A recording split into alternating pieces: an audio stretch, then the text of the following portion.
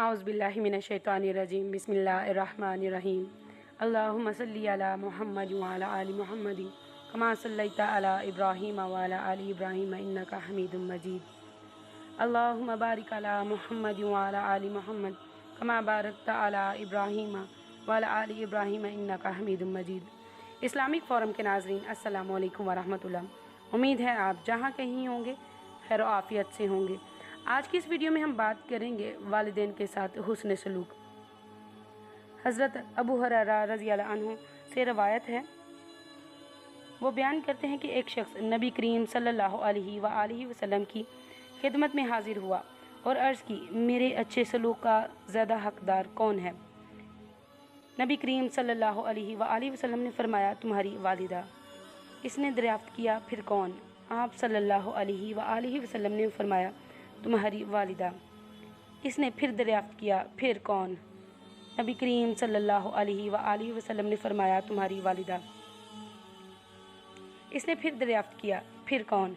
नबी करीम सल्लल्लाहु अलैहि वसल्लम ने फरमाया, तुम्हारे वालिद। एक रवायत में ये अल्फाज कुछ इस तरह हैं, या रसूलल्लाह सल्लल्लाहु अलैहि वसल्लम, अच्छे सलूक का सबसे ज़्यादा हकदार कौन है? नबी करीम सल्लल्लाहु अलैहि वसल्लम ने फरमाया, तुम्हारी वालिदा, फिर तुम्हारी वालिदा, फिर तुम्हारी वालिदा, फिर तुम्हारा वालिद, फिर दर्जा बदर्जा करीबी अजीज़। एक और हदीस मुबारका है, हज़रत अब्दुल्ला बिन उमर बिन आस रज़ियल्लाहु अन्हु बयान करते हैं, एक शख्स नबी करीम सल्लल्लाहु अलैहि वसल्लम की खिदमत में हाजिर हुआ और अर्ज़ की, मैं हिजरत और जहाद पर आपसे बात करना चाहता हूँ। मैं अल्लाह ताला से इसके अजर का तलबगार हूँ।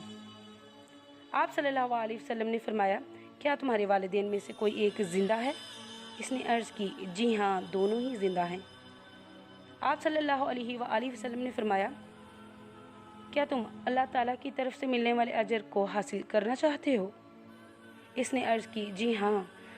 नबी करीम सल्लल्लाहु अलैहि वसल्लम ने फरमाया, फिर तुम अपने वालिदैन के पास वापस जाओ और इनके साथ अच्छा सलूक करो।